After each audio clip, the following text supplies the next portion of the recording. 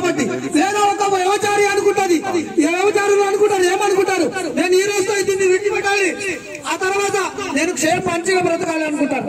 కానీ అది వాళ్ళ వల్ల కాదు. ఎందుకంటే అది వాళ్ళు పాపంలో జీవిస్తున్నారు. ఆ పాపము వాళ్ళని ఏలుబడి చేస్తుంది.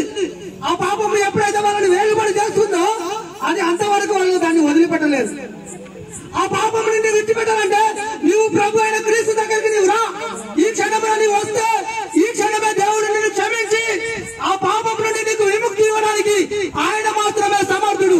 కనుక మీరు గమనించండి, నీవు ఏ శ్రమలో ఉన్నా కుటుంబంలో కొంతమంది చూస్తే కొడుకులు కుమార్తెలు తల్లులు తండ్రులు వారికి వాళ్ళకే మాటలు ఉండవు, కుటుంబంలో సమాధానం ఉండదు, నెమ్మది ఉండదు. కొడుకు ఈ రూట్లో వస్తే తల్లి ఆ రూట్లో వెళ్ళిపోద్ది, తండ్రి ఆ రూట్లో వెళ్ళిపోతారు. ఎందుకంటే ఆ కుటుంబంలో ఏలుబడి పాపము చేస్తూ ఉంది.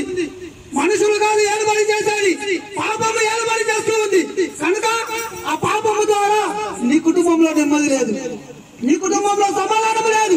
కనుక మీరు గ్రహించండి ప్రజలారా, ఈ రోజు ఈ గ్రామంలో ఈ విధంగా రావడానికి గల కారణం ఏంటంటే కేవలము దేవుని ప్రేరేపణ చేత మేమందరము మాకేదో పని లేక ఇక్కడికి రాలేదండి, లేక మాకు ఏదో సమయం లేదు, ఏదో తిరగడానికి మేము రాలేదండి. దేవుడు ప్రేరేపించి ఈ గ్రామాన్ని తీసుకొని వచ్చాడంటే ఈ గ్రామం పట్ల దేవుని ప్రణాళిక ఉంది.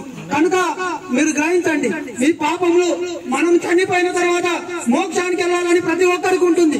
కానీ ఆ పాపాలను వదిలిపెట్టారు. ఆ పాపాలను మనం ఎప్పుడైతే వదిలిపెడతామో అప్పుడు దేవుని రాజ్యంలో మోక్ష మార్గంలో మనం ఉంటాం. కనుక ఏమైనా దేవుని ద్వారా మీకు ఎవరైనా ఏ అవసరాలు ఉంటే ఇక్కడికి వస్తే ప్రార్థన చేయడానికి కూడా సేవకులు రెడీగా ఉన్నారు. దయచేసి అందరూ ఈ మాటలను గమనించవలసిందిగా మనం చేస్తున్నాం.